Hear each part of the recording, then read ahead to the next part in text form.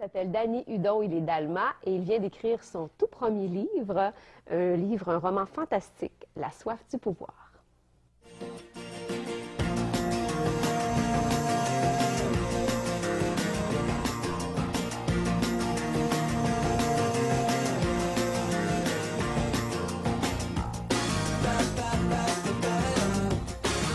En fait, c'est La soif de pouvoir, tome 1, c'est les pierres des dieux.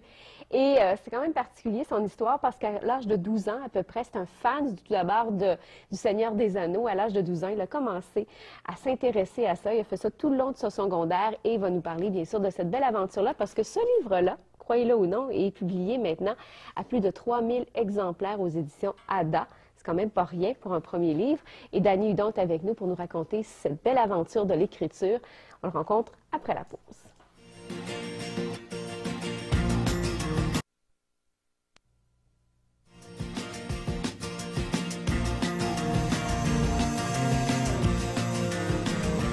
Et je vais justement vous donner la date du lancement de ce livre-là, La soif de pouvoir, Danny Hudon.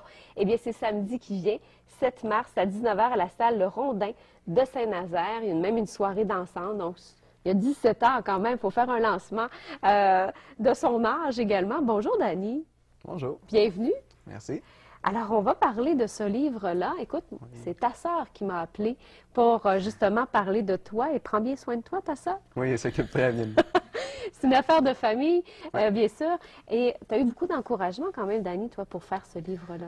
Oui, j'ai été très bien entouré. Tous mes amis autour de moi, ils m'encourageaient beaucoup dans le projet. À toutes les fois que j'écrivais un nouveau chapitre, ils le lisaient, ils me donnaient des commentaires. OK. Puis j'ai eu des auteurs aussi qui m'ont entouré pour l'étape de la publication, qui m'ont aidé beaucoup.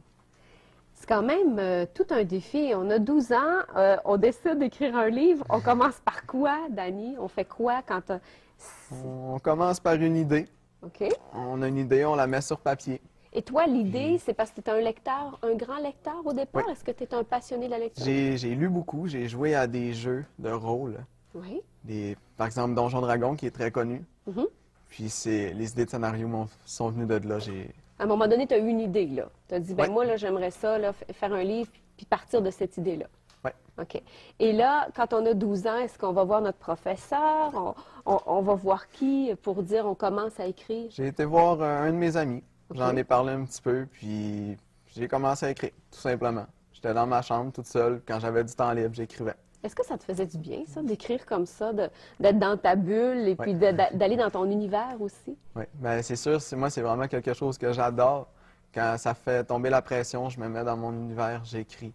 Il y en a que c'est de la musique, puis toi, c'est l'écriture. Oui. Ça te fait du bien.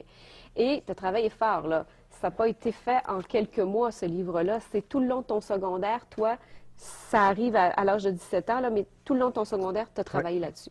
J'avais commencé ça en secondaire 1, justement. Tout le long de mon secondaire, j'ai travaillé là-dessus beaucoup. Et c'est surtout dans les dernières années que ça a débloqué. OK.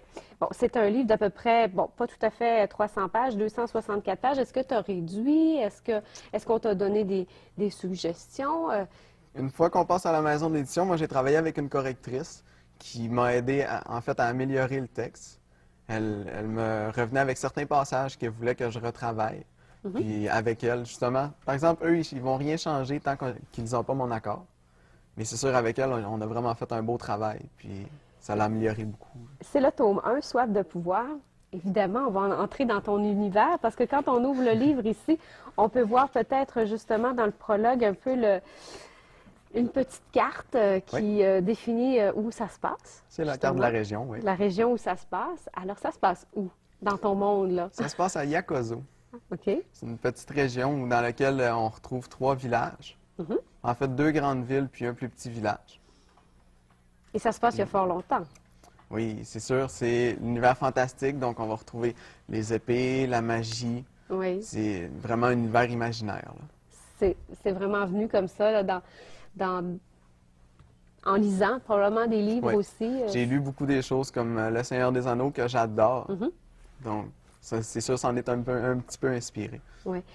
Tu remercies aussi beaucoup de personnes, entre autres, on va revenir justement à la série À vous de jouer. Parle-moi un peu de ça. Peut-être que justement, on a des jeunes ici en studio, peut-être qui connaissent ça, À vous de jouer. Ce sont des livres de rôle, c'est ça, dont vous êtes le héros, c'est ça? Oui, des livres de rôle. Dans le fond, c'est que le lecteur, il va